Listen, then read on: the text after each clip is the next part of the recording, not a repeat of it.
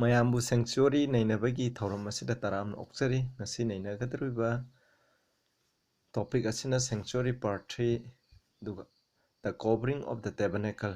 ꯍꯥꯏꯕꯗꯤ ꯑꯩꯈꯣꯏꯅ ꯁꯦꯡꯆꯨꯔꯤ ꯇꯦꯕꯔꯅꯦꯀꯜ ꯑꯗꯨꯒꯤ ꯀꯔꯤꯅ ꯀꯨꯞꯁꯟꯒꯗꯒꯦ ꯀꯔꯤꯅ ꯃꯁꯤ ꯀꯨꯞꯁꯟꯕꯒꯦ ꯍꯥꯏꯕ ꯑꯗꯨꯒꯤ ꯃꯔꯝꯗ ꯅꯩꯅꯒꯅꯤ ꯃꯁꯤ ꯑꯦꯛꯁꯣꯗꯁ ꯆꯦꯞꯇꯔ 26 ꯑꯃꯁꯨꯡ 36ꯇ ꯌꯨꯝꯐꯝ ꯑꯣꯏ ꯃꯁꯤꯗ ꯅꯈꯣꯏꯅ ꯃꯨꯟꯅ ꯃꯁꯤ ꯄꯥꯕꯤꯌꯨ ꯃꯅꯤꯄꯨꯔꯗ ꯍꯦꯟꯅ ꯚꯥꯞ ꯇꯥꯅꯤꯡꯉꯥꯏꯒꯤ ꯅꯈꯣꯏꯅ ꯄꯥꯕꯤꯌꯨ ꯃꯁꯤ ꯀꯨꯞꯁꯟꯅꯤꯡꯉꯥꯏꯒꯤꯗꯃꯛ ꯐꯤꯈꯟ ꯃꯔꯤ ꯁꯦꯝꯕꯅꯤ ꯀꯣꯚꯔꯤꯡ ꯀꯔꯇꯦꯟ ꯃꯔꯤꯅ ꯁꯦꯝꯃꯒ ꯃꯁꯤ ꯃꯊꯪ ꯃꯅꯥꯎ ꯅꯥꯏꯅ ꯑꯍꯥꯟꯕ ꯑꯅꯤꯁꯨꯕ ꯑꯍꯨꯝꯁꯨꯕ ꯃꯔꯤꯁꯨꯕ ꯁꯨꯃꯥꯏꯅ ꯀꯨꯞꯁꯟꯕꯅꯤ ꯃꯁꯤꯒꯤ ꯃꯔꯝꯗ ꯑꯩꯈꯣꯏꯅ ꯅꯩꯅꯁꯤ ꯑꯗꯨꯒ ꯃꯥꯒꯤ ꯃꯤꯅꯤꯡꯁꯨ ꯌꯥꯝ ꯐꯖꯩ ꯑꯗꯨ ꯍꯥꯏꯔꯤꯕꯁꯦ ꯑꯩꯈꯣꯏꯅ ꯕꯥꯏꯕꯜꯗꯒꯤ ꯅꯩꯅꯔꯒ ꯄꯨꯊꯣꯛꯃꯤꯟꯅꯁꯤ ꯍꯥꯏꯅ ꯃꯌꯥꯝꯗ ꯑꯄꯤꯜ ꯇꯧꯔꯤ ꯑꯍꯥꯟꯕꯗ ꯑꯩꯈꯣꯏ ꯏꯁꯣꯔꯗ ꯄ꯭ꯔꯊꯅꯥ ꯇꯧꯁꯤ ꯁꯔꯒꯗ ꯂꯩꯕ ꯏꯄꯥ ꯌꯥꯝ ꯊꯥꯒꯠꯆꯔꯤ ꯅꯍꯥꯛꯀꯤ ꯊꯧꯒꯥꯟꯗꯒꯤ ꯑꯩꯈꯣꯏꯅ ꯁꯦꯡꯆꯨꯔꯤ ꯍꯥꯏꯕꯗꯤ ꯏꯄꯥ ꯏꯁꯣꯔ ꯑꯩꯈꯣꯏꯅ ꯑꯔꯥꯡ ꯈꯨꯕꯝ ꯀꯃꯥꯏꯅ ꯐꯪꯒꯅꯤ ꯑꯔꯥꯡ ꯈꯨꯕꯝ ꯐꯪꯕ ꯃꯇꯝꯗ ꯀꯔꯤ ꯁ꯭ꯇꯦꯞ ꯃꯊꯪ ꯂꯥꯛꯀꯅꯤ ꯍꯥꯏꯕ ꯑꯗꯨꯒꯤ ꯃꯔꯝꯗ ꯑꯩꯈꯣꯏꯅ ꯅꯩꯅꯔꯤ ꯏꯄꯥ ꯁꯤꯝꯕꯣꯂꯤꯖꯝ ꯑꯣꯏꯅ ꯅꯍꯥꯛꯅ ꯇꯥꯛꯄꯅꯤ ꯅꯍꯥꯛꯀꯤ ꯁꯔꯒꯒꯤ ꯑꯁꯦꯡꯕ ꯁꯦꯡꯆꯨꯔꯤ ꯑꯗꯨꯗ ꯌꯨꯝꯐꯝ ꯑꯣꯏꯔꯒ ꯄꯨꯝꯅꯃꯛ ꯅꯍꯥꯛꯅ ꯇꯥꯛꯄꯤꯕꯅꯤ ꯃꯁꯤꯒꯤ ꯃꯔꯝꯗ ꯇꯣꯜꯂꯕꯅ ꯅꯥꯏꯅ ꯈꯤꯇꯪ ꯉꯥꯡꯖꯒꯗꯧꯔꯤ ꯃꯁꯤꯗ ꯅꯍꯥꯛꯅ ꯕꯣꯔ ꯄꯤꯅꯕꯤꯌꯨ ꯏꯄꯥ ꯑꯩꯒꯤ ꯃꯥꯏꯟꯁꯨ ꯑꯔꯥꯟꯕ ꯂꯝꯕꯤꯗ ꯆꯤꯡꯕꯤꯒꯅꯨ ꯑꯆꯨꯝꯕ ꯂꯝꯕꯤꯗ ꯆꯤꯡꯕꯤꯌꯨ ꯇꯥꯔꯤꯕ ꯏꯆꯤꯟ ꯏꯅꯥꯎ ꯈꯨꯗꯤꯡꯗꯁꯨ ꯃꯁꯤꯒꯤ ꯐꯖꯈ꯭ꯔꯕ ꯑꯆꯨꯝꯕꯁꯦ ꯐꯖꯅ ꯈꯪꯍꯟꯕꯤꯌꯨ ꯑꯃꯁꯨꯡ ꯑꯔꯥꯟ ꯈꯨꯕꯝꯒꯤ ꯂꯩꯔꯤꯕ ꯈꯣꯡꯊꯥꯡꯁꯤꯡ ꯑꯁꯤ ꯀꯔꯤꯅꯣ ꯍꯥꯏꯕꯗꯨꯁꯨ ꯈꯪꯍꯟꯕꯤꯌꯨ ꯑꯗꯨꯒ ꯃꯔꯨꯑꯣꯏꯅ ꯑꯩꯈꯣꯏꯅ ꯉꯁꯤ ꯀꯣꯚꯔꯤꯡꯁꯤꯡ ꯑꯁꯤꯒꯤ ꯃꯔꯝꯗ ꯁꯦꯡꯆꯨꯔꯤꯒꯤ ꯈꯟꯒꯗꯧꯔꯤꯕꯁꯤꯒꯤ ꯃꯔꯝꯗ ꯅꯩꯅꯒꯗꯧꯔꯤꯕ ꯃꯁꯤꯗ ꯅꯍꯥꯛꯅ ꯕꯣꯔ ꯄꯤꯅꯕꯤꯌꯨ ꯄ꯭ꯔꯚꯨ ꯌꯤꯁꯨ ꯈ꯭ꯔꯤꯁꯇꯒꯤ ꯃꯤꯡꯗ ꯈꯨꯔꯨꯝꯖꯔꯤ ꯑꯃꯦꯟ ꯍꯣꯏ ꯆꯠꯂꯁꯤ ꯑꯍꯥꯟꯕ ꯐꯥꯔꯁ ꯀꯣꯚꯔꯤꯡ ꯍꯥꯏꯗꯤ ꯈ꯭ꯋꯥꯏꯒꯤ ꯃꯅꯨꯡ ꯏꯊꯪ ꯊꯪꯕ ꯁꯦꯡꯆꯨꯔꯤꯗꯣ ꯁꯥꯔꯅꯤ ꯑꯗꯨ ꯃꯅꯨꯡ ꯏꯊꯪ ꯊꯪꯕꯗꯣ ꯀꯔꯤꯅ ꯀꯨꯞꯀꯗ꯭ꯔꯥ ꯍꯥꯏꯕꯁꯦ ꯑꯩꯈꯣꯏꯅ ꯌꯦꯡꯁꯤ ꯃꯁꯤ ꯑꯩꯈꯣꯏꯅ ꯑꯦꯛꯁꯣꯗꯁ 26 ꯏꯆꯤꯟꯅꯥꯎꯁꯤꯡ ꯅꯈꯣꯏ ꯑꯗꯨꯝ ꯌꯦꯡꯕꯤꯔꯣ ꯁ꯭ꯀ꯭ꯔꯤꯟꯗ ꯌꯦꯡꯕꯤꯔꯣ ꯑꯩ ꯍꯥꯏꯔꯔꯣই ꯃꯔꯝꯗꯤ ꯃꯇꯝ ꯌꯥꯝꯅ ꯆꯪꯗꯅꯤꯡꯉꯥꯏꯒꯤꯗꯃꯛ 26ꯀꯤ 1 to 6ꯗ ꯍꯥꯏ ꯅꯍꯥꯛꯅ ꯐꯤꯈꯟ ꯇꯔꯥꯅ ꯐꯤꯁꯪ ꯑꯗꯨ ꯁꯥꯒꯗꯕꯅꯤ ꯐꯤꯁꯪ ꯑꯩꯈꯣꯏꯅ ꯀꯔꯇꯦꯟ ꯍꯥꯏ ꯑꯩꯈꯣꯏ ꯏꯪꯂꯤꯁꯇꯅ ꯐꯤꯁꯪ ꯑꯗꯨ ꯁꯥꯒꯗꯕꯅꯤ ꯐꯤꯁꯁꯤꯡ ꯑꯗꯨꯗꯤ ꯑꯁꯨꯡꯕ ꯑꯅꯥꯟꯕ ꯂꯤꯅꯦꯟꯒꯤ ꯁꯪꯕꯥꯟꯅꯕ ꯃꯆꯨ ꯃꯪꯒ꯭ꯔꯥ ꯃꯆꯨ ꯉꯛꯁꯪ ꯉꯥꯡꯕ ꯃꯆꯨꯒꯤ ꯄꯣꯠꯅ ꯁꯥꯒꯗꯕꯅꯤ ꯍꯥꯏꯕꯅꯤ ꯃꯁꯤ ꯂꯤꯅꯦꯟꯒꯤ ꯉꯛꯁꯪ ꯉꯥꯡꯕ ꯑꯩꯈꯣꯏꯅ ꯃꯃꯥꯡꯗꯁꯨ ꯍꯥꯏꯈ꯭ꯔꯦ ꯃꯥꯒꯤ ꯑꯩꯈꯣꯏꯅ ꯒꯦꯠꯀꯤ ꯃꯥꯒꯤ ꯋꯥꯜꯁꯤꯡ ꯁꯦꯝꯕꯗꯣ ꯑꯗꯨꯒꯤ ꯃꯔꯝꯗꯁꯨ ꯑꯗꯨꯅ ꯁꯥꯒꯗꯕꯅꯤ ꯑꯗꯨꯒ ꯅꯍꯥꯛꯅ ꯃꯗꯨꯗ ꯈꯨꯠ ꯁꯥ ꯍꯩꯕꯒꯤ ꯃꯄꯥꯅ ꯀꯔꯨꯞꯁꯤꯡ ꯍꯥꯏꯕꯗꯤ ꯁꯔꯒꯗꯨꯠꯁꯤꯡꯅꯤꯀꯣ ꯌꯥꯎꯍꯟꯒꯗꯕꯅꯤ ꯍꯥꯏꯔꯤꯕ ꯃꯥꯒꯤ ꯐꯤꯖꯪꯁꯤꯒꯤ ꯃꯊꯛꯇ ꯁꯅꯥꯅ ꯂꯨꯞꯄꯒ ꯑꯩꯈꯣꯏꯅ ꯃꯣꯏꯒꯤ ꯁꯅꯥꯅ ꯑꯩꯈꯣꯏꯅ ꯂꯪ ꯁꯦꯝꯃꯒ ꯐꯖꯅ ꯁꯔꯒꯗꯨꯠꯁꯤꯡꯒꯤ ꯃꯑꯣꯡꯗꯣ ꯁꯦꯝꯃꯒ ꯂꯣꯏꯅ ꯃꯁꯤꯒꯤ ꯃꯃꯥꯏꯁꯤꯡ ꯑꯁꯤꯗ ꯁꯦꯝꯒꯗꯕꯅꯤ ꯍꯥꯏꯕꯅꯤ ꯚꯔꯁ 2ꯗ ꯐꯤꯈꯟ ꯑꯃꯒꯤ ꯑꯁꯥꯡꯕꯅ ꯈꯨꯗꯨꯞ 19 ꯑꯣꯏꯒꯗꯕꯅꯤ ꯑꯃꯁꯨꯡ ꯐꯤꯈꯟ ꯑꯃꯒꯤ ꯑꯄꯥꯛꯄꯅ ꯈꯨꯗꯨꯞ 4 ꯑꯣꯏꯒꯗꯕꯅꯤ ꯐꯤꯈꯟ ꯈꯨꯗꯤꯡꯃꯛ ꯆꯞ ꯃꯥꯟꯅꯅ ꯑꯣꯜꯂꯒ ꯑꯣꯏꯒꯗꯕꯅꯤ ꯐꯤꯈꯟ 5 ꯑꯗꯨ ꯑꯃꯒ ꯇꯥꯏꯁꯤꯟꯅꯒꯗꯕꯅꯤ ꯑꯁꯨꯝꯅ ꯑꯇꯣꯞꯄ ꯐꯤꯈꯟ 5 ꯑꯗꯨꯁꯨ ꯑꯃꯒ ꯇꯥꯏꯁꯤꯟꯅꯒꯗꯕꯅꯤ ꯑꯗꯨꯒ ꯅꯍꯥꯛꯅ ꯇꯥꯏꯁꯤꯟꯅꯒꯗꯕ ꯐꯤꯈꯟ ꯑꯃꯒꯤ ꯐꯤꯕꯥꯟꯗ ꯁꯪꯕꯥꯟꯅꯕ ꯃꯆꯨꯒꯤ ꯂꯪꯅ ꯀꯣꯡꯒꯣꯏꯁꯤꯡ ꯄꯥꯟꯒꯗꯕꯅꯤ ꯑꯗꯨꯒ ꯃꯥꯟꯅꯅ ꯇꯥꯏꯁꯤꯟꯅꯒꯗꯕ ꯑꯅꯤꯁꯨꯕ ꯐꯤꯈꯟꯒꯤ ꯑꯔꯣꯏꯕ ꯐꯤꯕꯥꯟꯗꯁꯨ ꯄꯥꯟꯒꯗꯕꯅꯤ ꯐꯤꯈꯟ ꯑꯃꯗ ꯀꯣꯡꯒꯣꯏ 50 ꯄꯥꯟꯒꯗꯕꯅꯤ ꯇꯥꯏꯁꯤꯟꯅꯒꯗꯕ ꯑꯅꯤꯁꯨꯕ ꯐꯤꯈꯟ ꯑꯗꯨꯒꯤ ꯐꯤꯕꯥꯟꯗꯁꯨ ꯀꯣꯡꯒꯣꯏ 50 ꯄꯥꯟꯒꯗꯕꯅꯤ ꯀꯣꯡꯒꯣꯏꯁꯤꯡ ꯑꯗꯨ ꯑꯃꯒ ꯃꯥꯌꯣꯛꯅꯅ ꯂꯩꯒꯗꯕꯅꯤ ꯑꯗꯨꯒ ꯅꯍꯥꯛꯅ ꯁꯅꯥꯒꯤ ꯀꯣꯆꯤ 50 ꯁꯥꯗꯨꯅ ꯐꯤꯈꯟꯁꯤꯡ ꯑꯗꯨ ꯀꯣꯆꯤ ꯑꯗꯨꯒꯤ ꯃꯄꯥꯟꯗ ꯇꯥꯏꯁꯤꯟꯅꯒꯗꯕꯅꯤ ꯃꯇꯧ ꯑꯁꯨꯝꯅ ꯃꯁꯤ ꯐꯤꯁꯪ ꯑꯃ ꯑꯣꯏꯒꯗꯕꯅꯤ ꯍꯥꯏ ꯃꯁꯤꯗ ꯃꯌꯦꯛꯁꯤꯅ ꯃꯅꯤꯄꯨꯔꯗ ꯏꯈ꯭ꯔꯦ ꯑꯩ ꯌꯥꯝꯅ ꯑꯦꯛꯁꯄ꯭ꯂꯦꯟ ꯇꯧꯖꯔꯔꯣꯏ ꯍꯥꯏꯔꯤꯕꯗꯣ ꯐꯤꯈꯟ ꯀꯌꯥ ꯂꯩ 10 ꯂꯩ ꯃꯈꯣꯏ ꯐꯤꯈꯟ ꯑꯃꯒꯤ ꯑꯄꯥꯛꯄꯅ ꯑꯁꯥꯡꯕꯅ 19 ꯀ꯭ꯌꯨꯕꯤꯠ 19 ꯑꯄꯥꯛꯄꯅ ꯀ꯭ꯌꯨꯕꯤꯠ 4 ꯃꯔꯨꯑꯣꯏꯅ 42 ꯐꯤꯠ ꯏꯟꯇꯨ 4 ꯐꯤꯠ 42 ꯁꯥꯡꯕ ꯑꯗꯨꯒ 42 ꯐꯤꯠ ꯁꯥꯡꯕ ꯑꯗꯨꯒ ꯐꯤꯠ 4 ꯄꯥꯛꯄ ꯑꯣꯏꯒꯗꯕꯅꯤ ꯍꯥꯏꯕꯁꯤꯅꯦꯕ ꯃꯈꯣꯏꯁꯨ ꯀꯣꯆꯤ ꯂꯣꯏꯅ ꯄꯥꯡꯒꯅꯤ ꯁꯅꯥꯒꯤ ꯀꯣꯆꯤ ꯄꯥꯜꯂꯒ ꯂꯩꯒꯅꯤ ꯀꯣꯡꯒꯣꯏꯁꯤꯡ ꯍꯥꯏꯗꯤ ꯂꯪꯅ ꯐꯤꯒꯤ ꯀꯣꯡꯒꯣꯏꯁꯤꯡ ꯑꯗꯨꯅ ꯀꯤꯁꯟꯅꯅꯕ ꯑꯗꯨꯁꯨ ꯄꯥꯡꯒꯗꯕꯅꯤ 50 ꯄꯥꯡꯒꯗꯕꯅꯤ ꯍꯥꯏꯅ ꯁꯦꯝꯃꯦ ꯃꯁꯤꯅ ꯑꯍꯥꯟꯕ ꯀꯨꯞꯁꯜꯂꯅꯤ ꯃꯁꯤ ꯌꯦꯡꯈꯠꯄ ꯃꯇꯝꯗ ꯃꯁꯤ ꯌꯥꯝꯅ ꯐꯖꯕ ꯑꯩꯈꯣꯏꯅ ꯅꯨꯃꯤꯠꯀꯤ ꯃꯉꯥꯜꯅ ꯊꯛꯇꯣꯛꯄꯗꯧꯅ ꯑꯁꯨꯛꯀꯤ ꯃꯇꯤꯛ ꯐꯖꯕ ꯑꯗꯨꯅꯤ ꯃꯁꯤ ꯑꯩꯈꯣꯏꯅ ꯀꯗꯥꯏꯗ ꯎꯒꯅꯤ ꯍꯌꯦꯡ ꯑꯩꯈꯣꯏꯅ ꯏꯁꯣꯔꯒꯤ ꯁꯤꯡꯍꯥꯁꯟꯕꯨ ꯂꯩꯇꯦꯡꯂꯤꯕꯗꯣ ꯃꯗꯨ ꯆꯞ ꯃꯥꯟꯅꯩ ꯃꯁꯤ ꯑꯩꯈꯣꯏꯅ ꯃꯁꯤ ꯑꯗꯨ ꯑꯩꯈꯣꯏꯅ ꯏꯁꯣꯔꯒꯤ ꯁꯤꯡꯍꯥꯁꯟꯗꯨ ꯁꯅꯥꯅ ꯂꯩꯇꯦꯡꯕ ꯌꯥꯝꯅ ꯐꯖꯕ ꯑꯗꯨꯒꯨꯝꯅ ꯃꯁꯤꯁꯨ ꯑꯁꯨꯛꯀꯤ ꯃꯇꯤꯛ ꯌꯦꯡꯕꯗ ꯆꯨꯝꯊꯥꯡꯒꯤ ꯃꯆꯨ ꯑꯣꯏꯕ ꯑꯁꯨꯛꯀꯤ ꯃꯇꯤꯛ ꯐꯖꯕ ꯐꯤꯈꯜ ꯑꯃꯅꯤ ꯃꯁꯤꯅ ꯑꯍꯥꯟꯕ ꯂꯩꯔꯦ ꯃꯗꯨꯅ ꯑꯍꯥꯟꯕ ꯀꯨꯞꯁꯜꯂꯅꯤ ꯑꯍꯥꯟꯕ ꯃꯔꯣꯟ ꯈ꯭ꯋꯥꯏꯒꯤ ꯑꯍꯥꯟꯕꯗ ꯑꯗꯨ ꯀꯨꯞꯁꯜꯂꯅꯤ ꯑꯗꯨꯒꯤ ꯃꯊꯛꯇ ꯑꯅꯤꯁꯨꯕ ꯑꯃꯨꯛ ꯀꯔꯤꯅ ꯀꯨꯞꯄ꯭ꯔꯥ ꯍꯥꯏꯕꯁꯦ ꯑꯩꯈꯣꯏꯅ ꯌꯦꯡꯃꯤꯟꯅꯁꯦ ꯃꯁꯤꯅ ꯑꯦꯛꯁꯣꯗꯁ ꯍꯥꯏꯗꯤ ꯈꯣꯡꯁꯥꯟꯕ 26ꯒꯤ 7 to 13 ꯑꯗꯨꯒ ꯐꯤꯁꯪ ꯑꯗꯨꯒꯤ ꯃꯊꯛꯇ ꯀꯨꯞꯅꯕ ꯍꯥꯏꯔꯤꯕ ꯐꯤꯁꯪ ꯂꯩꯈ꯭ꯔꯦ ꯑꯁꯤꯒꯤ ꯃꯊꯛꯇ ꯀꯨꯞꯅꯕ ꯍꯥꯃꯦꯡ ꯃꯇꯨꯅ ꯐꯤꯀꯟꯁꯤꯡ ꯁꯥꯒꯗꯕꯅꯤ ꯍꯥꯃꯦꯡꯒꯤ ꯑꯩꯈꯣꯏꯅ ꯃꯁꯤ ꯍꯥꯃꯦꯡꯒꯤ ꯃꯇꯨꯁꯦ ꯑꯩꯈꯣꯏꯅ ꯑꯥꯏꯖꯤꯌꯥ 1:8ꯀꯤ ꯃꯇꯨꯡ ꯏꯟꯅꯁꯨ ꯁꯥꯝꯇꯨ ꯍꯥꯏꯕꯁꯦ ꯍꯥꯃꯦꯡꯒꯤ ꯃꯇꯨꯁꯤꯡꯅ ꯁꯥꯕꯅꯤ ꯑꯌꯥꯝꯕꯅ ꯑꯗꯨꯅ ꯃꯁꯤꯡ ꯑꯣꯔꯣꯛ ꯉꯧꯕ ꯃꯁꯤꯅꯤ ꯅꯍꯥꯛꯅ ꯐꯤꯀꯟ ꯍꯣꯏ ꯕꯥꯏꯕꯜꯗꯗꯤ ꯃꯁꯤ ꯑꯉꯧꯕꯅꯤꯅ ꯍꯥꯏꯗꯦ ꯑꯗꯨꯕꯨ ꯑꯩꯈꯣꯏꯅ ꯑꯗꯨꯝ ꯌꯦꯡꯕ ꯃꯇꯝꯗ ꯈꯪꯉꯦ ꯃꯁꯤ ꯑꯉꯧꯕꯅꯤ ꯐꯤꯀꯟ 11 ꯁꯥꯒꯗꯕꯅꯤ ꯐꯤꯀꯟ ꯑꯃꯃꯝꯒꯤ ꯑꯁꯥꯡꯕ ꯈꯨꯗꯨꯞ 30 ꯐꯤꯀꯟ ꯑꯃꯒꯤ ꯑꯄꯥꯛꯄꯅ ꯈꯨꯗꯨꯞ 4 ꯑꯣꯏꯒꯗꯕꯅꯤ ꯍꯥꯏꯗꯤ ꯀ꯭ꯌꯨꯕꯤꯠ ꯍꯥꯏꯕꯅꯤꯀꯣ ꯈꯨꯗꯨꯞ ꯍꯥꯏꯕꯗꯤ ꯀ꯭ꯌꯨꯕꯤꯠ 30 ꯑꯗꯨꯒ ꯀ꯭ꯌꯨꯕꯤꯠ 4 ꯆꯞ ꯃꯥꯟꯅꯩ ꯐꯤꯀꯟ 11ꯗꯨ ꯆꯞ ꯃꯥꯟꯅꯅ ꯑꯣꯜꯂꯒ ꯑꯣꯏꯒꯗꯕꯅꯤ ꯅꯍꯥꯛꯅ ꯐꯤꯀꯟ 5ꯗꯨ ꯑꯃꯒ ꯇꯥꯏꯁꯤꯟꯅꯒꯗꯕꯅꯤ ꯑꯗꯨꯒ ꯐꯤꯀꯟ 3 ꯑꯗꯨꯁꯨ ꯑꯃꯒ ꯃꯁꯤꯅ ꯐꯤꯀꯟ 11니ꯀꯣ ꯑꯃꯅ 5 ꯑꯃ ꯇꯥꯏꯁꯤꯜꯂꯅꯤ ꯑꯃꯅ 3 ꯑꯃ ꯐꯤꯁꯪ ꯑꯗꯨꯒꯤ ꯆꯪꯐꯝꯗ ꯐꯤꯁꯪ ꯍꯥꯏꯗꯤ ꯐꯤꯁꯪ ꯍꯥꯏꯗꯤ ꯇꯦꯕꯔꯅꯦꯀꯜ ꯁꯣꯔꯤ ꯉꯁꯥꯏꯅ ꯐꯤꯁꯪ ꯑꯁꯦ ꯑꯩꯈꯣꯏꯅ ꯐꯤꯁꯪ ꯍꯥꯏꯗꯤ ꯑꯩꯈꯣꯏꯅ ꯇꯦꯕꯔꯅꯦꯀꯜ ꯑꯗꯨꯒꯤ ꯆꯪꯐꯝꯗ ꯐꯤꯈꯟ ꯍꯥꯏꯅ ꯀꯔꯇꯦꯟ 3ꯁꯨꯕ ꯑꯗꯨ ꯂꯣꯟꯁꯤꯜꯂꯨ ꯍꯥꯏꯗꯤ ꯃꯁꯤ ꯀꯨꯞꯊꯔꯒ 3ꯁꯨꯕꯗꯨꯅ ꯍꯥꯏꯗꯤ 3ꯁꯨꯕꯗꯨꯅ ꯂꯣꯟꯁꯤꯟꯅꯒꯅꯦꯕ ꯑꯔꯣꯏꯕꯗ 2 ꯂꯣꯟꯁꯤꯟꯅꯔꯒ ꯃꯁꯤ ꯀꯨꯞꯁꯤꯟꯒꯗꯕꯅꯤ ꯍꯥꯏꯕꯅꯤ ꯑꯗꯨꯒꯤ ꯑꯔꯣꯏꯕ ꯐꯤꯕꯥꯟꯗ ꯀꯣꯡꯒꯣꯏ 50 ꯄꯥꯟꯒꯗꯕꯅꯤ ꯑꯗꯨꯒ ꯑꯅꯤꯁꯨꯕ ꯇꯥꯏꯁꯤꯟꯅꯕ ꯐꯤꯕꯥꯟ ꯑꯗꯨꯒꯤꯗ ꯀꯣꯡꯒꯣꯏ 50 ꯄꯥꯟꯒꯗꯕꯅꯤ ꯅꯍꯥꯛꯅ ꯄꯤꯊ꯭ꯔꯥꯏꯒꯤ ꯀꯣꯠꯁꯤ 50 ꯁꯥꯒꯗꯕꯅꯤ ꯀꯣꯠꯁꯤꯁꯤꯡ ꯑꯗꯨ ꯀꯣꯡꯒꯣꯏꯁꯤꯡ ꯑꯗꯨꯗ ꯂꯣꯟꯁꯤꯟꯒꯗꯕꯅꯤ ꯑꯗꯨꯒ ꯐꯤꯁꯪ ꯑꯗꯨ ꯑꯃꯠꯇ ꯑꯣꯏꯅ ꯐꯥꯖꯤꯟꯒꯗꯕꯅꯤ ꯑꯁꯨꯝꯅ ꯐꯤꯁꯪꯒꯤ ꯐꯤꯀꯟꯒꯤ ꯂꯦꯝꯍꯧꯔꯤꯕ ꯁꯔꯨꯛ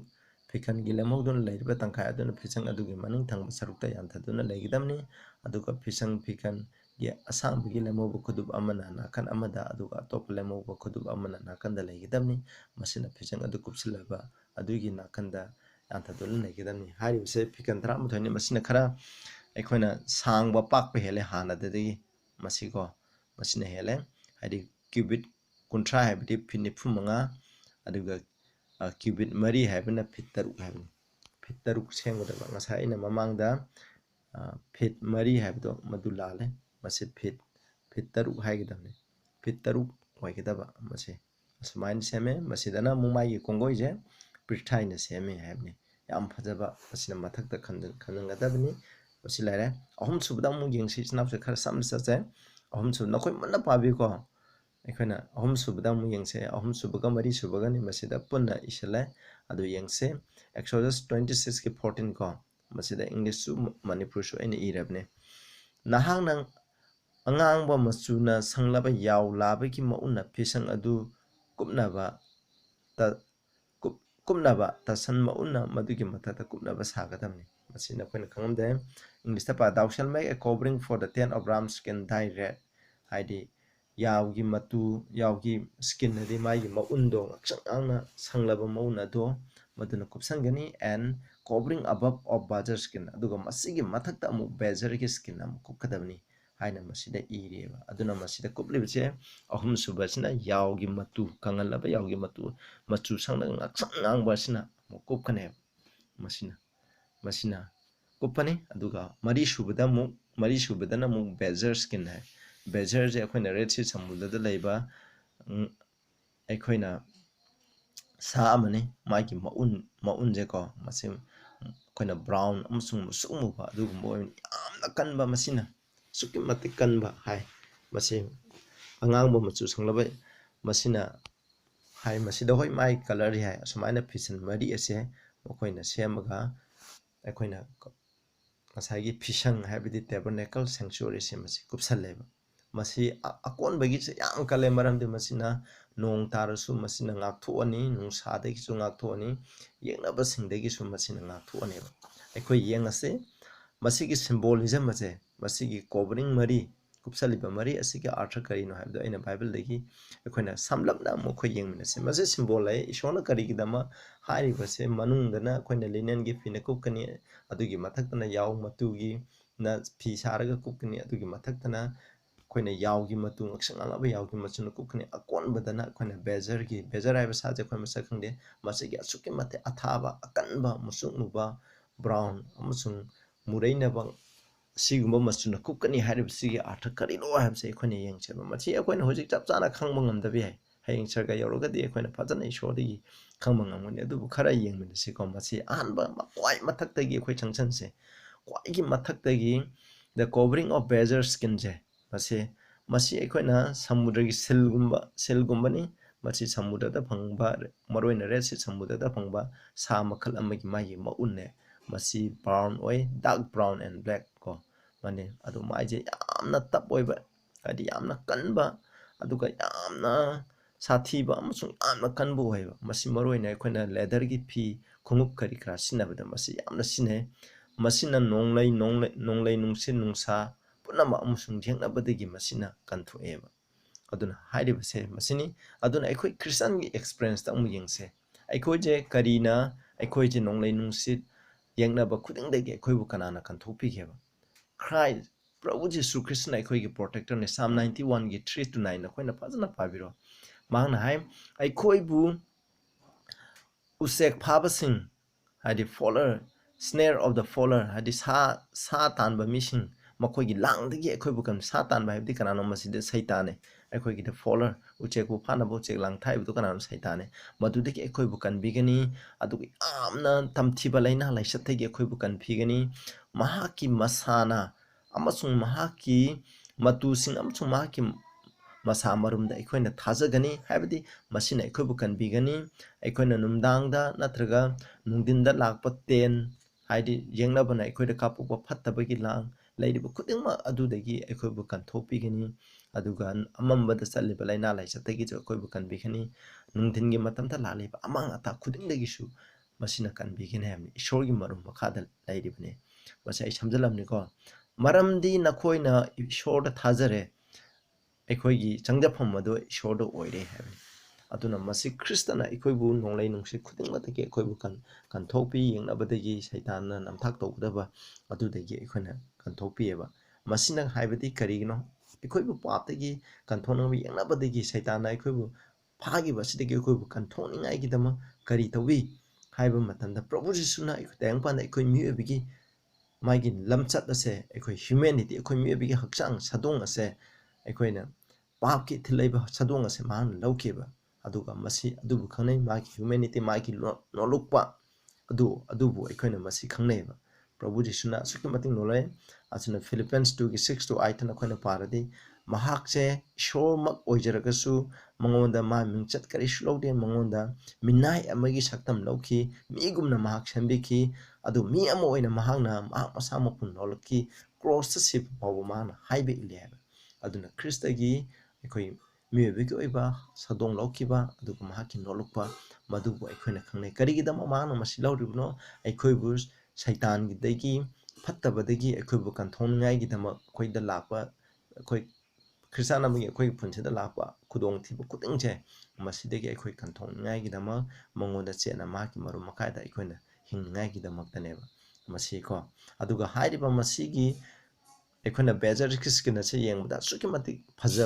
phajaba oideba mini yengbuda kalakpa mi hoba haibdu oideba aduna akhoi khangi Kristagi punsidasu mak mapan thongda yengbuda karisu phajade Isaiah 53 gi 2 da na khoi yengo there is no beauty that we should desire him hai mangonda ko akhoi yengba matamda mangonda phajaba karisu leiteba tang panda lakpa matamda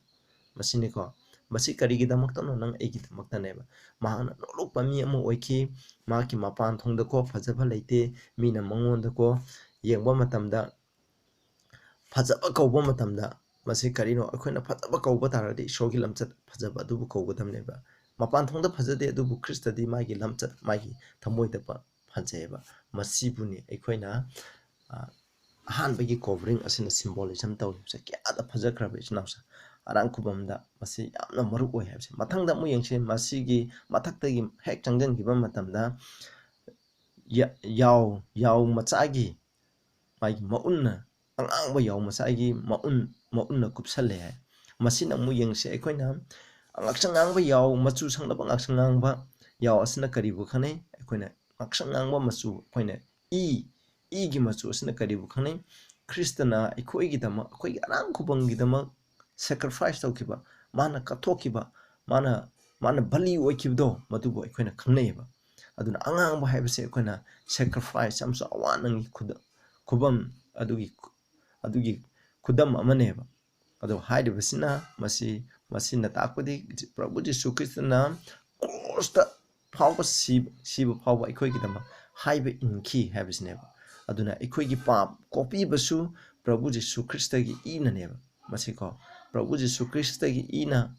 E ꯑꯁꯤꯗ ꯃꯥꯅ ꯀꯩ ꯑꯩꯉꯣꯟꯗ ꯌꯦꯡꯉꯨ ꯄ꯭ꯔꯤꯊꯤꯕꯤꯗ ꯂꯩꯔꯤꯕ ꯈꯨꯗꯤꯡꯃꯛ ꯀꯟꯕꯤꯒꯅꯤ ꯑꯥꯏꯖꯥ 45:22 ꯍꯥꯏꯔꯤꯕꯁꯦ ꯀꯔꯤꯅꯣ ꯄ꯭ꯔꯚꯨ ꯖꯤꯁꯨ ꯈ꯭ꯔꯤꯁꯇꯒꯤ ꯏꯗꯅꯦꯕ ꯑꯩꯈꯣꯏ ꯌꯥꯝ ꯂꯩ ꯇꯦꯛꯁꯇ ꯌꯦꯡꯉꯣ 1 John 1:7ꯗꯁꯨ ꯍꯥꯏ ꯄ꯭ꯔꯚꯨ ꯖꯤꯁꯨ ꯈ꯭ꯔꯤꯁꯇꯒꯤ ꯏꯅ ꯑꯩꯈꯣꯏꯕꯨ ꯆꯥꯝꯊꯣꯛꯄꯤ ꯍꯥꯏꯕꯅꯤ ꯑꯩꯈꯣꯏꯅ John 1:20 Behold the Lamb of God which take away the sins of the world ꯍꯥꯏꯕꯁꯦ ꯑꯩꯈꯣꯏꯒꯤ ꯄꯥꯞꯁꯦ ꯀꯅꯥꯅ ꯄ꯭ꯔꯚꯨ ꯖꯤꯁꯨ ꯈ꯭ꯔꯤꯁꯇꯒꯤ ꯏꯅ ꯄꯨꯕꯤꯈꯤꯕꯅꯦꯕ ꯃꯗꯨꯒꯤ ꯁꯤꯝꯕꯣꯜ ꯑꯗꯨꯕꯨ ꯑꯩꯈꯣꯏꯅ ꯈꯪꯅꯩ ꯑꯗꯨꯒ ꯃꯥꯒꯤ ꯃꯆꯨ ꯑꯁꯦ ꯃꯁꯤꯒꯤ ꯀꯣꯚꯔꯤꯡ ꯑꯁꯦ ꯃꯁꯤꯒꯤ ꯀꯨꯞꯁꯜꯂꯤꯕ ꯐꯤꯈꯟ ꯑꯁꯦ ꯃꯁꯤꯅ ꯑꯇꯝꯅꯅ ꯃꯁꯤꯅ ꯁꯦꯝꯂꯤꯁꯦ ꯀꯔꯤꯒꯤꯅꯣ ꯍꯥꯏꯕ ꯃꯇꯝ ꯌꯥꯎꯂꯥꯕ ꯃꯆꯥ ꯍꯥꯏꯕꯁꯦ ꯃꯁꯤꯅ ꯈ꯭ꯔꯤꯁꯇꯒꯤ ꯁꯤꯝꯕꯣꯜ ꯃꯥꯒꯤ ꯁꯦꯀ꯭ꯔꯤꯐꯥꯏꯁ ꯑꯗꯨꯕꯨ ꯈꯪꯅꯩꯌꯦꯕ ꯑꯗꯨꯅ ꯃꯁꯤꯅꯤꯀꯣ ꯑꯩꯈꯣꯏꯅ ꯃꯍꯥꯛꯁꯦ ꯑꯩꯈꯣꯏꯅ ꯃꯥꯒꯤ ꯃꯁꯥꯁꯦ ꯑꯩꯈꯣꯏꯅ ꯔꯦꯚꯦꯂꯦꯁꯟꯗ ꯍꯥꯏꯕꯒꯤ ꯃꯇꯨꯡꯗ ꯃꯥꯒꯤ ꯃꯁꯥꯁꯦ ꯇꯩꯔꯕ ꯐꯤꯖꯣꯜ ꯁꯦꯠꯂꯒ ꯂꯥꯛꯄ ꯑꯣꯏꯅ ꯎꯠꯂꯤ ꯍꯥꯏꯔꯤꯕꯗꯣ ꯑꯁꯨꯝꯅ ꯃꯥꯒꯤ ꯔꯥꯝ ꯑꯁꯤꯅ ꯃꯥꯒꯤꯅ ꯑꯩꯈꯣꯏꯒꯤꯗꯃꯛ ꯀꯠꯊꯣꯛꯈꯤꯕ ꯁꯦꯀ꯭ꯔꯤꯐꯥꯏꯁ ꯇꯧꯈꯤꯕꯗꯣ ꯑꯗꯨꯕꯨ ꯈꯪꯅꯩ ꯑꯩꯈꯣꯏꯅ ꯌꯥꯎ ꯂꯥꯕꯁꯦ ꯀꯗꯥꯏꯗ ꯁꯤꯖꯤꯟꯅꯩ ꯍꯥꯏꯕꯗꯅ ꯑꯩꯈꯣꯏꯅ ꯌꯦꯡꯕ ꯃꯇꯝꯗ ꯃꯈꯥꯗ ꯎꯒꯅꯤ ꯃꯁꯤ ꯑꯩꯈꯣꯏꯅ ꯕꯟ ꯑꯣꯐꯔꯤꯡ ꯑꯩꯈꯣꯏꯅ ꯏꯁꯣꯔꯗ ꯃꯩ ꯑꯣꯏꯅ ꯊꯥꯔꯒ ꯀꯠꯄ ꯄꯤꯁ ꯑꯣꯐꯔꯤꯡ ꯑꯗꯨ ꯀꯟꯁꯦꯀ꯭ꯔꯦꯁꯟ ꯑꯣꯐꯔꯤꯡ ꯑꯩꯈꯣꯏꯅ ꯇ꯭ꯔꯦꯁꯄꯥꯁ ꯑꯣꯐꯔꯤꯡ ꯍꯥꯏꯗꯤ ꯏꯁꯣꯔꯒꯤ ꯑꯣꯏꯕ ꯊꯕꯛꯁꯤꯡꯗ ꯑꯩꯈꯣꯏꯅ ꯍꯌꯦꯡ ꯃꯊꯪ ꯂꯣꯏꯅ ꯅꯩꯅꯔꯛꯀꯅꯤꯀꯣ ꯃꯁꯤꯒꯤ ꯑꯣꯐꯔꯤꯡꯁꯤꯡꯁꯦ ꯑꯗꯣ ꯉꯁꯤꯒꯤꯗꯤ ꯁꯝꯅ ꯍꯥꯏꯔꯒꯦ ꯃꯁꯤꯒꯨꯝꯕꯁꯤꯗ ꯃꯁꯤ ꯁꯤꯖꯤꯟꯅꯩꯕ ꯃꯁꯤꯅ ꯍꯥꯏꯔꯤꯕ ꯑꯣꯐꯔꯤꯡꯁꯤꯡꯅ ꯔꯤꯄ꯭ꯔꯖꯦꯟ ꯇꯧꯔꯤꯗꯤ ꯈ꯭ꯔꯤꯁꯇꯅ ꯑꯩꯈꯣꯏꯒꯤꯗꯃꯛ ꯏꯁꯣꯔꯗꯀꯣ ꯌꯥꯝꯅ ꯃꯅꯝ ꯅꯨꯡꯁꯤꯕ ꯑꯗꯨꯒꯨꯝꯕ ꯕꯂꯤ ꯑꯃ ꯑꯣꯏꯅ ꯀꯠꯈꯤꯕꯗꯣ ꯃꯗꯨꯕꯨ ꯑꯩꯈꯣꯏꯅ ꯈꯪꯅꯩꯌꯦꯕ ꯑꯗꯨꯅ ꯑꯩꯈꯣꯏꯅ ꯔꯥꯝꯒꯤ ꯉꯥꯛꯁꯪ ꯉꯥꯡꯕ ꯃꯆꯨ ꯑꯁꯤꯅ ꯀꯔꯤ ꯈꯪꯅꯩ ꯈ꯭ꯔꯤꯁꯇꯅ ꯃꯥꯒꯤ ꯑꯩꯈꯣꯏꯒꯤꯗꯃꯛ ꯈ꯭ꯔꯤꯁꯇꯒꯤ ꯕꯂꯤ ꯑꯗꯨ ꯈꯪꯅꯩ ꯑꯗꯨꯒ ꯃꯍꯥꯛꯅ ꯀꯥꯜꯕꯔꯤꯗ ꯇꯥꯕꯤꯈꯤꯕ ꯃꯇꯝꯗ ꯑꯩꯈꯣꯏꯒꯤꯗꯃꯛ ꯀꯠꯊꯣꯛꯈꯤꯕꯗꯣ ꯑꯗꯨꯗ ꯅꯠꯇꯅ ꯃꯍꯥꯛꯅ ꯑꯔꯣꯏꯕ ꯃꯇꯝ ꯐꯥꯎꯕ ꯑꯩꯈꯣꯏꯒꯤꯗꯃꯛ ꯑꯩꯈꯣꯏꯒꯤ ꯑꯔꯥꯝ ꯈꯨꯕꯝꯒꯤꯗꯃꯛ ꯀꯠꯊꯣꯛꯄꯗꯣ ꯃꯗꯨꯕꯨ ꯈꯪꯅꯩꯌꯦꯕ ꯃꯁꯤꯅ ꯑꯅꯤꯁꯨꯕꯅꯤ ꯑꯩꯈꯣꯏꯅ ꯃꯊꯪꯗ ꯑꯃꯨꯛ ꯌꯦꯡꯁꯤꯀꯣ ꯑꯍꯨꯝꯁꯨꯕ ꯍꯥꯏꯗꯤ ꯍꯥꯃꯦꯡꯒꯤ ꯃꯇꯨꯅ ꯐꯤ ꯂꯣꯜꯂꯒ ꯀꯨꯞꯁꯟꯕꯁꯦ ꯀꯣꯚꯔꯤꯡꯒꯤ ꯑꯃꯨꯛ ꯌꯦꯡꯁꯤ ꯃꯁꯤ ꯍꯥꯃꯦꯡ ꯃꯇꯨꯁꯦ ꯑꯩꯈꯣꯏꯅ ꯈꯪꯉꯦ ꯑꯥꯏꯖꯤꯌꯥ 1:18ꯒꯤ ꯃꯇꯨꯡ ꯏꯟꯅꯁꯨ ꯃꯁꯤ ꯉꯥꯛꯁꯪ ꯉꯥꯡꯕꯅꯦꯕ ꯑꯩꯈꯣꯏꯅ ꯃꯁꯤ ꯉꯧꯔꯣꯛ ꯉꯧꯕ ꯃꯆꯨꯅꯦꯕ ꯑꯗꯨꯅ ꯉꯧꯔꯣꯛ ꯉꯧꯕ ꯍꯥꯏꯕꯁꯦ ꯑꯩꯈꯣꯏꯅ ꯔꯦꯚꯦꯂꯦꯁꯟ 19:8ꯒꯤ ꯃꯇꯨꯡ ꯏꯟꯅꯗꯤ ꯃꯁꯤꯅ ꯑꯩꯈꯣꯏꯅ ꯑꯁꯦꯡꯕ ꯑꯃꯁꯨꯡ ꯃꯄꯨꯡ ꯐꯥꯕ ꯙꯔꯃ ꯃꯄꯨꯡ ꯐꯥꯕ ꯑꯗꯨꯕꯨ ꯈꯪꯅꯩꯕ ꯑꯉꯧꯕ ꯍꯥꯏꯕꯁꯦ ꯑꯩꯈꯣꯏꯅ ꯈ꯭ꯔꯤꯁꯇꯒꯤ ꯂꯝꯆꯠ ꯑꯁꯦꯡꯕ ꯑꯗꯨꯕꯨ ꯈꯪꯅꯩ ꯑꯥꯏꯖꯤꯌꯥ 1:18ꯗ ꯂꯥꯛꯑꯣ ꯍꯥꯏ ꯏꯁꯣꯔꯅ ꯈꯟꯊꯃꯤꯟꯅꯁꯤ ꯅꯈꯣꯏꯒꯤ ꯄꯥꯞꯁꯤꯡ ꯑꯗꯨ ꯁ꯭ꯀꯥꯔꯂꯦꯠ ꯉꯥꯛꯁꯪ ꯉꯥꯡꯂꯕꯁꯨ ꯀꯣ ꯃꯈꯣꯏ ꯎꯟꯒꯨꯝꯅ ꯉꯧꯍꯟꯒꯅꯤ ꯃꯈꯣꯏ ꯏꯒꯨꯝꯅ ꯉꯥꯡꯂꯕꯁꯨ ꯃꯈꯣꯏ ꯁꯥꯝꯇꯨꯒꯨꯝꯅ ꯉꯧꯍꯟꯒꯅꯤ ꯍꯥꯏ ꯃꯁꯤ ꯆꯞ ꯃꯥꯟꯅꯩ ꯃꯁꯤꯒꯤ ꯁꯤꯝꯕꯣꯜꯗꯤ ꯀꯔꯤꯅꯣ ꯍꯥꯏꯕ ꯃꯇꯝꯗ ꯉꯁꯥꯏ ꯑꯩꯈꯣꯏꯅ ꯃꯃꯥꯡꯗꯅ ꯁ꯭ꯀꯥꯔꯂꯦꯠ ꯍꯥꯏꯕꯁꯦ ꯑꯗꯨꯒ ꯍꯥꯏꯕꯁꯦ ꯑꯩꯈꯣꯏꯅ ꯉꯁꯥꯏꯒꯤ ꯃꯃꯥꯡꯒꯤ ꯃꯊꯛꯀꯤ ꯀꯣꯚꯔꯤꯡ ꯑꯗꯨꯗ ꯑꯩꯈꯣꯏꯅ ꯌꯥꯎꯒꯤ ꯉꯥꯛꯁꯪ ꯉꯥꯡꯕ ꯃꯆꯨꯒꯤ ꯃꯎꯟꯒꯤ ꯉꯥꯛꯁꯪ ꯉꯥꯡꯕ ꯃꯆꯨꯗꯣ ꯑꯗꯨꯅꯦꯕ ꯃꯗꯨꯅ ꯀꯨꯞꯄꯦ ꯃꯗꯨꯅ ꯍꯥꯏꯕꯗꯤ ꯃꯗꯨꯅ ꯑꯩꯈꯣꯏꯒꯤꯗꯃꯛ ꯄ꯭ꯔꯚꯨꯅ ꯑꯩꯈꯣꯏꯒꯤꯗꯃꯛ ꯁꯦꯀ꯭ꯔꯤꯐꯥꯏꯁ ꯇꯧꯔꯦ ꯃꯗꯨ ꯀꯔꯤꯒꯤꯗꯃꯛ ꯑꯩꯈꯣꯏꯒꯤ ꯄꯥꯞꯁꯦ ꯎꯟꯒꯨꯝꯅ ꯉꯧꯍꯟꯅꯤꯡꯉꯥꯏꯒꯤꯗꯃꯛ ꯂꯝꯆꯠꯁꯦ ꯎꯟꯒꯨꯝꯅ ꯉꯧꯍꯟꯅꯤꯡꯉꯥꯏꯒꯤꯗꯃꯛꯅꯦ ꯑꯗꯨꯅ ꯔꯦꯚꯦꯂꯦꯁꯟ 7:14ꯗꯁꯨ ꯏꯁꯣꯔꯒꯤ ꯃꯤꯁꯤꯡ ꯁꯔꯒꯗ ꯆꯠꯄ ꯃꯤꯁꯤꯡ ꯑꯁꯦ ꯀꯩꯗꯧꯏ ꯑꯩꯈꯣꯏꯅ ꯃꯁꯤ ꯄ꯭ꯔꯚꯨ ꯖꯤꯁꯨ ꯈ꯭ꯔꯤꯁꯇꯒꯤ ꯌꯥꯎ ꯃꯆꯥ ꯑꯗꯨꯒꯤ ꯏꯗ ꯃꯈꯣꯏꯒꯤ ꯂꯝꯆꯠ ꯑꯗꯨ ꯆꯥꯝꯊꯣꯛꯄꯅꯦꯕ ꯐꯤꯖꯣꯜꯁꯤꯡ ꯑꯗꯨ ꯆꯥꯝꯊꯣꯛꯂꯕꯅꯦꯕ ꯃꯁꯤꯒꯤ ꯀꯣꯚꯔꯤꯡ ꯑꯁꯦ ꯃꯔꯨꯑꯣꯏꯅ ꯍꯥꯃꯦꯡꯒꯤ ꯃꯇꯨꯅ ꯁꯦꯝꯃꯤꯕꯒꯤ ꯃꯔꯝ ꯀꯔꯤꯒꯤꯅꯣ ꯃꯔꯝꯗꯤ ꯍꯥꯃꯦꯡ ꯍꯥꯏꯕꯁꯦ ꯃꯔꯨꯑꯣꯏꯅ ꯑꯩꯈꯣꯏꯒꯤ ꯁꯤꯟ ꯑꯣꯐꯔꯤꯡ ꯀꯅꯥꯒꯨꯝꯕ ꯃꯤ ꯑꯃꯅ ꯄꯥꯞ ꯇꯧꯕ ꯇꯥꯔꯒꯗꯤ ꯃꯥꯒꯤ ꯄꯥꯞꯇꯣ ꯀꯣꯛꯅꯤꯡꯉꯥꯏꯒꯤꯗꯃꯛ ꯄꯨꯔꯛꯄ ꯃꯇꯝꯗ ꯃꯔꯨꯑꯣꯏꯅ ꯍꯥꯃꯦꯡꯁꯦ ꯑꯩꯈꯣꯏꯅ ꯄꯨꯔꯛꯑꯦꯕ ꯑꯗꯨꯅ ꯃꯁꯤ ꯑꯩꯈꯣꯏꯒꯤ ꯄꯥꯞ ꯀꯣꯛꯅꯤꯡꯉꯥꯏꯒꯤ ꯎꯁꯤꯟ ꯑꯣꯏꯅꯤꯡꯉꯥꯏꯒꯤꯗꯃꯛ ꯀꯅꯥꯅ ꯑꯣꯏ ꯄ꯭ꯔꯚꯨ ꯖꯤꯁꯨ ꯈ꯭ꯔꯤꯁꯇꯅ ꯑꯣꯏꯕꯤꯕ ꯃꯔꯨꯑꯣꯏꯅ ꯃꯁꯤꯅꯤꯀꯣ ꯃꯗꯨꯒ ꯈꯪꯅꯩ ꯃꯔꯨꯑꯣꯏꯅ ꯑꯩꯈꯣꯏꯅ ꯗꯦ ꯑꯣꯐ ꯏꯖꯔꯦꯜꯒꯤ ꯃꯤꯁꯤꯡ ꯗꯦ ꯑꯣꯐ ꯑꯦꯇꯣꯟꯃꯦꯟꯒꯤ ꯃꯇꯝꯗ ꯍꯌꯦꯡ ꯑꯩꯈꯣꯏ ꯑꯃꯨꯛ ꯅꯩꯅꯔꯛꯀꯅꯤ ꯗꯦ ꯑꯣꯐ ꯑꯦꯇꯣꯟꯃꯦꯟ ꯍꯥꯏꯕꯁꯦ ꯃꯁꯤꯒꯤ ꯅꯩꯅꯕ ꯃꯇꯝꯗ ꯃꯁꯤꯒꯤ ꯍꯥꯃꯦꯡꯒꯤ ꯃꯥꯁꯦ ꯃꯔꯨꯑꯣꯏꯅ ꯕꯂꯤ ꯑꯣꯏ ꯇꯧꯕꯗ ꯃꯁꯤ ꯁꯤꯖꯤꯟꯅꯩꯌꯦꯕ ꯃꯁꯤꯅ ꯇꯥꯛꯄꯗꯤ ꯑꯩꯈꯣꯏꯕꯨ ꯐꯖꯅ ꯃꯥꯒꯤ ꯃꯄꯥꯅ ꯍꯥꯃꯦꯡꯒꯤ ꯑꯁꯤꯒꯤ ꯃꯄꯥꯅ ꯑꯩꯈꯣꯏ ꯄꯥꯞ ꯀꯣꯛꯄꯤꯒꯅꯤ ꯍꯥꯏꯕꯗꯨꯅꯦꯕ ꯃꯁꯤꯅ ꯋꯥꯏꯠ ꯍꯥꯏꯕꯁꯦ ꯑꯩꯈꯣꯏꯅ ꯄ꯭ꯌꯨꯔꯤꯇꯤ ꯑꯗꯨꯒ ꯙꯔꯃ ꯆꯦꯟꯕꯕꯨꯁꯨ ꯈꯪꯅꯩ ꯑꯗꯨꯒ ꯑꯅꯧꯕ ꯁꯔꯒꯗ ꯂꯩꯔꯤꯕ ꯃꯤꯄꯨꯝ ꯈꯨꯗꯤꯡꯃꯛꯇꯣ ꯏꯁꯣꯔꯅ ꯑꯍꯥꯟꯕ ꯁꯦꯝꯕꯤꯕ ꯃꯇꯝꯗ ꯃꯈꯣꯏꯒꯤ ꯐꯤꯖꯣꯜ ꯃꯉꯥꯜꯅ ꯂꯩꯇꯦꯡ ꯑꯣꯏ ꯑꯗꯨꯝꯅ ꯃꯉꯥꯜ ꯍꯥꯏꯗꯤ ꯑꯉꯧꯕ ꯅꯨꯃꯤꯠꯀꯤ ꯃꯉꯥꯜ ꯑꯉꯧꯕꯁꯤꯅ ꯂꯩꯇꯦꯡ ꯑꯣꯏꯕ ꯁꯨꯃꯥꯏꯅ ꯑꯩꯈꯣꯏꯁꯨ ꯑꯉꯧꯕ ꯑꯗꯨꯅ ꯃꯇꯦꯡ ꯑꯣꯏꯒꯅꯤ ꯍꯥꯏꯕꯁꯤꯅꯦꯕ ꯃꯁꯤꯅ ꯍꯥꯏꯔꯤꯕꯁꯤꯒꯤ ꯑꯗꯨꯒ ꯃꯁꯤꯒꯤ ꯇꯥꯏꯞ ꯑꯃꯅ ꯈ꯭ꯔꯤꯁꯇꯅ ꯃꯉꯣꯟꯗ ꯂꯥꯛꯄ ꯃꯤꯄꯨꯝ ꯈꯨꯗꯤꯡꯃꯛ ꯑꯗꯨꯗ ꯑꯗꯨꯒꯨꯝꯕ ꯑꯉꯧꯕ ꯙꯔꯃ ꯆꯦꯟꯕꯒꯤ ꯐꯤꯖꯣꯜ ꯑꯗꯨ ꯄꯤꯒꯅꯤ ꯍꯥꯏꯕꯁꯦ ꯃꯁꯤꯅ ꯇꯥꯛꯂꯤꯕꯅꯤ ꯃꯊꯪꯗ ꯑꯩꯈꯣꯏ ꯌꯦꯡꯁꯤ ꯈ꯭ꯋꯥꯏꯒꯤ ꯃꯅꯨꯡ ꯊꯪꯕꯒꯤ ꯀꯣꯚꯔꯤꯡ ꯍꯥꯏꯀꯣ ꯃꯁꯤꯗꯤ ꯌꯥꯝ ꯐꯖꯔꯦ ꯑꯁꯨꯛꯀꯤ ꯃꯇꯤꯛ ꯐꯖꯔꯦ ꯂꯤꯅꯦꯟꯅ ꯑꯩꯈꯣꯏꯅ ꯁꯪꯕꯥꯅꯕ ꯕ꯭ꯂꯨꯒꯤ ꯑꯗꯨꯒ ꯄꯔꯄꯜ ꯃꯪꯒ꯭ꯔꯥ ꯃꯆꯨ ꯑꯃꯁꯨꯡ ꯉꯥꯛꯁꯪ ꯉꯥꯡꯕ ꯃꯆꯨ ꯍꯥꯏꯔꯤꯕ ꯑꯗꯨꯒꯤ ꯂꯤꯅꯦꯟ ꯐꯤꯅ ꯁꯥꯕꯅꯦꯕ ꯃꯁꯤ ꯅꯤꯡꯊꯧꯒꯤ ꯑꯣꯏꯕ ꯐꯤꯖꯣꯜꯁꯤꯡ ꯑꯗ ꯑꯩꯈꯣꯏꯅ ꯏꯁꯣꯔꯒꯤ ꯑꯣꯏꯕ ꯃꯤꯁꯤꯡ ꯏꯁꯣꯔꯅꯁꯨ ꯃꯁꯤꯒꯤ ꯂꯩꯇꯦꯡ ꯑꯁꯤ ꯁꯤꯖꯤꯟꯅꯕꯅꯦꯕ ꯃꯗꯨꯗ ꯁꯤꯖꯤꯟꯅꯩ ꯃꯁꯤꯅ ꯀꯔꯤꯕꯨ ꯈꯪꯅꯩ ꯍꯥꯏꯕ ꯃꯇꯝꯗ ꯏꯁꯣꯔꯒꯤ ꯅꯤꯡꯊꯧ ꯂꯩꯕꯥꯛꯇ ꯂꯩꯕ ꯃꯤꯄꯨꯝ ꯈꯨꯗꯤꯡꯃꯛꯁꯨ ꯃꯁꯤꯒꯨꯝꯕ ꯃꯥꯒꯤ ꯂꯝꯆꯠ ꯁꯥꯖꯠ ꯑꯗꯣ ꯃꯗꯨꯗ ꯃꯈꯣꯏꯅ ꯁꯦꯠꯀꯗꯕ ꯐꯤꯖꯣꯜ ꯃꯈꯣꯏꯒꯤ ꯂꯝꯆꯠ ꯁꯥꯖꯠ ꯑꯗꯨꯕꯨꯁꯨ ꯃꯁꯤꯅ ꯇꯥꯛꯂꯤꯕꯅꯤ ꯍꯥꯏꯔꯤꯕ ꯀꯣꯚꯔꯤꯡ ꯑꯁꯤꯅ ꯏꯁꯣꯔꯅ ꯖꯦꯔꯨꯁꯥꯂꯦꯝꯕꯨ ꯀꯔꯝꯕ ꯍꯥꯏꯗꯤ ꯏꯁꯣꯔꯒꯤ ꯃꯤꯁꯤꯡꯕꯨ ꯀꯔꯝꯕ ꯐꯤꯖꯣꯜ ꯁꯦꯠꯅꯅꯤꯡꯉꯤ ꯍꯥꯏꯕꯗꯨ ꯑꯩꯈꯣꯏꯅ ꯌꯦꯡꯁꯤ ꯏꯖꯤꯀꯦꯜ ꯅꯈꯣꯏꯅ 16ꯒꯤ 9 to 13ꯗ ꯄꯥꯕ ꯃꯇꯝꯗ ꯍꯥꯏꯀꯣ 9ꯗ ꯍꯥꯏ ꯑꯩꯅ ꯃꯈꯣꯏꯗ ꯏꯁꯔꯥꯌꯦꯜꯒꯤ ꯑꯩꯈꯣꯏ ꯐꯠꯇꯕ ꯃꯤ ꯃꯈꯩꯁꯦ ꯂꯣꯏꯅ ꯏꯁꯣꯔꯅ ꯆꯥꯝꯊꯣꯛꯄꯤꯔꯅꯤ ꯏꯁꯤꯡꯅ ꯆꯥꯝꯊꯣꯛꯄꯤꯔꯅꯤ ꯑꯩꯈꯣꯏꯁꯦ ꯅꯧꯅ ꯄꯣꯛꯍꯜꯂꯅꯤ ꯄ꯭ꯔꯚꯨꯖꯤꯁꯨ ꯑꯩꯈꯣꯏꯒꯤ ꯏꯗꯒꯤ ꯑꯩꯈꯣꯏ ꯄꯥꯞꯇꯒꯤ ꯁꯥꯝꯊꯣꯛꯄꯤꯔꯅꯤ ꯊꯥꯎ ꯇꯩꯕꯤꯔꯅꯤ ꯑꯗꯨꯒꯤ ꯃꯇꯨꯡꯗ ꯍꯥꯏꯀꯣ 10ꯗ ꯅꯈꯣꯏꯅ ꯕ꯭ꯔꯣꯏꯗꯔ ꯋꯥꯛ clothe thee also with broider work, shod thee with badger skin haiko ngasai badger skin leire, guarded thee above with fine linen, I covered thee with silk muga fine linen asina chingba ngasai pangibudo maduni aduna nakoibu leitengani nakoibu sana lupana leitengani masi symbolism me ko koi sana chigidam haiba nate fajaba aduna nakoibu leitengani haibani sida yamna leire masida 13 da daw thus was thou decked with gold silver diamond was of linen silk broider work thou did it fine floor asina singbada fajana iri ai samjalage aduna takpadi ishorgi missing ase fajaba leitengana habadi masiga athadi fajaba fijon koina lamchat asina leitengana habneba aduna masigi aroiba sanana embroider tawraba sanana khutna lang lolaba sana haibsina koina lang semaga luon bani ko masida kana yauri koina ꯑꯩꯈꯣꯏꯅ ꯉꯁꯥꯏꯒꯤ ꯁꯔꯒꯗꯨꯁꯤꯡꯒꯤ ꯁꯛꯇꯝꯅꯁꯨ ꯃꯁꯤꯗ ꯂꯣꯟꯕꯅꯦꯕ ꯃꯁꯤ ꯐꯖꯅ ꯂꯣꯟꯈ꯭ꯔꯕꯅꯤ ꯃꯁꯤꯅ represent ꯇꯧꯔꯤꯁꯦ ꯀꯩꯅꯣ ꯈ꯭ꯔꯤꯁꯇꯕꯨ ꯊꯥꯛ ꯋꯥꯡꯅ ꯊꯥꯡꯒꯠꯄ ꯍꯥꯏꯗꯤ ꯄ꯭ꯔꯚꯨ ꯖꯤꯁꯨꯅ ꯑꯩꯈꯣꯏꯒꯤꯗꯃꯛ ꯁꯦꯀ꯭ꯔꯤꯐꯥꯏꯁ ꯑꯣꯏꯔꯦ ꯀ꯭ꯔꯣꯁꯇ ꯀꯥꯜꯚꯔꯤꯗ ꯁꯤꯈ꯭ꯔꯦ ꯑꯗꯨꯒꯤ ꯃꯇꯨꯡꯗ ꯃꯥ ꯁꯔꯒ ꯆꯠꯈ꯭ꯔꯕ ꯃꯇꯨꯡꯗ ꯃꯥꯁꯤꯗ ꯏꯄꯥꯒꯤ ꯌꯦꯠ ꯊꯪꯕ ꯅꯥꯀꯟꯗ ꯃꯍꯥꯛꯁꯦ ꯑꯁꯨꯛꯀꯤ ꯃꯇꯤꯛ ꯋꯥꯡꯅ ꯊꯥꯡꯒꯠꯇꯨꯅ ꯃꯍꯥꯛ ꯂꯩꯔꯦꯕ ꯃꯁꯤ ꯃꯔꯨꯑꯣꯏꯅ ꯃꯍꯥꯛꯀꯤ ꯂꯝꯆꯠ ꯑꯗꯨꯕꯨꯁꯨ ꯈꯪꯅꯩ Philippines 2ꯒꯤ 9 to 11ꯗ ꯍꯥꯏꯕꯁꯨꯀꯣ ꯏꯁꯣꯔꯅꯀꯣ highly exalted him, given him a name which is above every name. Ming prithibida lairiba ming khudimaki mathakta maki atoiba ming lenamba pibire maku thawangna thangat pire hai haidi maramdi prithibida laiba khudimate sarga amasung malem adu samudragi prithibigi makhada laiba isingda laiba khudamana prabhu jisu christ gi mingda khuram khu kundana khuram gani habi aduga lai khudimana laugani prabhu jisu christ na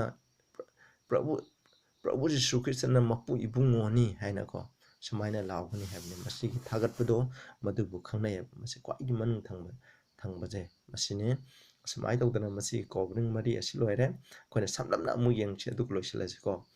अहानबा खोइना sum up तौसि अहानबा four covering ना मसिना symbolize ताबजे अहानबगी खोइना प्रभु जीशु ख्रिस्टना अखोइगी अनांग खुबंगी थबक तौनाइगी धमक लापो मथंग step तुने खोइना खने बाजरगी skin ना यामना ꯑꯩꯈꯣꯏꯅ ꯌꯥꯝꯅ ꯅꯣꯂꯨꯛꯄ ꯃꯤꯁꯤꯡꯒꯤ ꯃꯔꯛꯇ ꯂꯩꯈꯤꯕ ꯄ꯭ꯔꯚꯨ Jesus Christ ꯑꯗꯨꯕꯨ ꯑꯩꯈꯣꯏ ꯈꯪꯅꯩꯕ ꯃꯤꯒꯤ ꯁꯛꯇꯝ ꯂꯧꯔꯒ ꯂꯥꯛꯈꯤꯕ ꯃꯤꯑꯣꯏꯕꯒꯤ ꯁꯣꯜꯂꯕ ꯁꯥꯗꯣꯡ ꯑꯁꯤ ꯂꯧꯔꯒ ꯂꯥꯛꯈꯤꯕ ꯌꯥꯝꯅ ꯅꯣꯂꯨꯛꯄ ꯑꯗꯨꯒꯨꯝꯕ ꯄ꯭ꯔꯚꯨ ꯖꯤꯁꯨ ꯈ꯭ꯔꯤꯁꯇ ꯑꯗꯨꯕꯨ ꯈꯪꯅꯩ ꯍꯥꯏꯔꯤꯕꯁꯤꯅ ꯑꯩꯈꯣꯏꯕꯨ ꯅꯣꯡꯂꯩ ꯅꯨꯡꯁꯤꯠ ꯀꯌꯥꯗꯒꯤ ꯀꯟꯊꯣꯛꯄꯤꯕ ꯍꯥꯏꯖꯅꯤ ꯍꯥꯏꯗꯤ ꯑꯩꯈꯣꯏꯅ ꯑꯋꯥꯅ ꯅꯪꯒꯗꯕ ꯈꯨꯗꯤꯡꯃꯛꯇꯣ ꯄ꯭ꯔꯚꯨ ꯖꯤꯁꯨ ꯈ꯭ꯔꯤꯁꯇꯅ ꯅꯪꯕꯤꯈ꯭ꯔꯕꯅꯦꯕ ꯃꯁꯤꯀꯣ ꯑꯗꯨꯅ ꯑꯩꯈꯣꯏꯅ ꯐꯪꯒꯗꯕ ꯆꯩꯊꯦꯡ ꯈꯨꯗꯤꯡꯃꯛꯇꯣ ꯃꯥꯅ ꯐꯪꯈ꯭ꯔꯕꯅꯤ ꯃꯁꯤꯅ ꯑꯩꯈꯣꯏꯅ ꯅꯣꯡꯂꯩ ꯅꯨꯡꯁꯤꯠꯇꯒꯤ ꯉꯥꯛꯊꯣꯛꯄ ꯍꯥꯏꯕꯗꯤ ꯃꯗꯨꯅꯤ ꯑꯩꯈꯣꯏꯅ ꯐꯪꯒꯗꯕ ꯄꯥꯞꯀꯤ ꯆꯩꯅꯥ ꯑꯗꯨꯗꯒꯤ ꯃꯥꯅ ꯀꯟꯕꯤꯈ꯭ꯔꯕꯅꯤ ꯑꯗꯨꯒ ꯔꯥꯝꯒꯤ ꯉꯛꯁꯪ ꯉꯥꯡꯕ ꯑꯩꯈꯣꯏꯅ ꯌꯥꯎꯂꯥꯕ ꯃꯆꯥꯒꯤ ꯉꯛꯁꯪ ꯉꯥꯡꯕ ꯃꯎꯟꯒꯤ ꯐꯤ ꯃꯎꯟꯅ ꯁꯦꯝꯕ ꯀꯣꯕꯔꯤꯡ ꯑꯗꯨꯅ ꯀꯔꯤꯕꯨ ꯈꯪꯅꯩ ꯃꯁꯤꯅ ꯑꯩꯈꯣꯏꯒꯤꯗꯃꯛ ꯕꯂꯤ ꯑꯣꯏꯈꯤꯕ ꯄ꯭ꯔꯚꯨ ꯖꯤꯁꯨ ꯈ꯭ꯔꯤꯁꯇꯕꯨ ꯈꯪꯅꯩꯕ ꯀ꯭ꯔꯣꯁ ꯐꯥꯎꯕ ꯍꯥꯏꯕ ꯏꯟꯗꯨꯅ ꯁꯤꯈꯤꯕ ꯃꯍꯥꯛꯄꯨ ꯈꯪꯅꯩꯕ ꯃꯊꯪꯗ ꯍꯥꯃꯦꯡꯒꯤ ꯑꯉꯧꯕ ꯃꯇꯨꯒꯤ ꯑꯩꯈꯣꯏꯅ ꯃꯥꯒꯤ ꯐꯤꯁꯪ ꯃꯥꯒꯤ ꯄꯔꯗꯥ ꯐꯤꯈꯟ ꯑꯗꯨꯅ ꯀꯔꯤꯕꯨ ꯈꯪꯅꯩ ꯃꯁꯤꯅ ꯄꯥꯞ ꯌꯥꯎꯗ꯭ꯔꯕ ꯀꯣ प्रभु जीशु ख्रिस्टबु खंगनेबा अदुबु अखोइना खंगने मसे अखोइना खंगने को मसे अवानंगी मपाना अखोइबु को मपुंग फानखिबा अदुबु खंगनेबा मसिना को हिब्रू 2 की 10 दा मसे अखोइना अखोइना प्रभु जीशु ख्रिस्ट जे मान अवानंग तौबगी मपाना मा मपुंग फाबा ओइखिबा अरोइबगी अदुना अखोइना यंगसे मसिना असुकी मते ईश्वरना वाना थांगत पीखरबा प्रभु जीशु ख्रिस्टा बु खंगनै हाबदे माकी डिविनिटी बु खंगनेबा अदुना हाइरेबा कोबरिंग असिना असुकी मते फजरे मसिना अखोइना लमचत फजबा अदुबु फोंदोय असेंग लमचत फदबा अदु खोंदे आई ख्रिस्टगी खक्ता नतना अखोइना ख्रिस्टान प्रभु जीशु ख्रिस्ट असेंग ख्रिस्टान खुदिमना लैगदबा अदुबु खंगनेबा हाइरेबा मसिदा यावरिबा फजखरबा निंगथौगी ओइबा मचुसिंग ओइबा असिना ताकपदि अखोइजे निंगथौगी मसा मचुसिंग ओइगनी हाबनेबा the king's daughter is all glorious within है निंगथौगी मसा नुपिसिंग असुके मथि मंगा लै निंगथौगी मसा सिंग अखोइजे अदु मसिना ताकपदि अखोइना मपान थोंगदको the outer adorning indicate a lack of inner beauty अदुना मपान थोंगी फजबा असिना अखोइना मनुंगी फजबदो वाटपु कुमना उटलेबको उटले हाबदि मसिना मपान थोंगद फजदरगसु अखोइना ख्रिस्तानो अमगी पुंसिदि अखोइगी मनुंगदा अखोइगी लमचत फजगदबनी हाबसिन मसिनेबा मसिना अखोइगी नोलुकपा ख्रिस्तागी कथोपा पाप यावदबा अदु हाइबेनबदो मसि खंगनै मसि अखोइ ख्रिस्तान अखोइ खुदिमुक्तसु मसिनेबा अदुना हाइदिबा असिना अखोइबु जॉय अखोइना जॉय ओइबगी लंबिदा चलगा ईश्वरगी सिंहासन अदुदा अखोइबु लमचिंगबदा पुगनी हाबसे मसिनि ngasiगी कोबरिंग मरी असे असुके मतिक फजखरे नखोइ हंजन हंजन पापिउ खंगन अइना मतम याम लैतबदा मरम ओइदुना अइसिदा समलमना लौजरे अइना ngang सोइकिब लांकिब क्यारसुना नखोइना ngakपिउ प्रार्थना तौसे स्वर्गदा लैबे पाइसो याम थागचरे नाकि फिसंग टेबरनेकल सेंक्चुअरी असिदा खल्लिबा फिखनसिंग मरी असिगी मरमदा अइना समलमना अखोइना नैनाखरबसे हेना बाप ताबिदुना इपा अखोइ ख्रिस्तान अमगी पुंसिदा क्वालिगी मरुइबा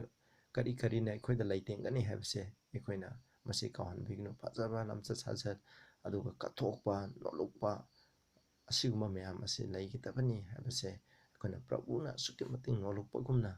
मान अवाबा खांगदुना नोलुकपगुमना अखोइसु खांग तंगदबनी मान अखोइगिदम कथोकिबगुमना अखोइसु इचिन औसंगिदम कथोकदबनी हाबसे अखोइना काहनबिगनु अखोइगी लमचत साजत फजना लैबंगम बायबे तारे खुदम तनहाना बोटने भी प्रभुगी मिंद खुरमजरे आमेन।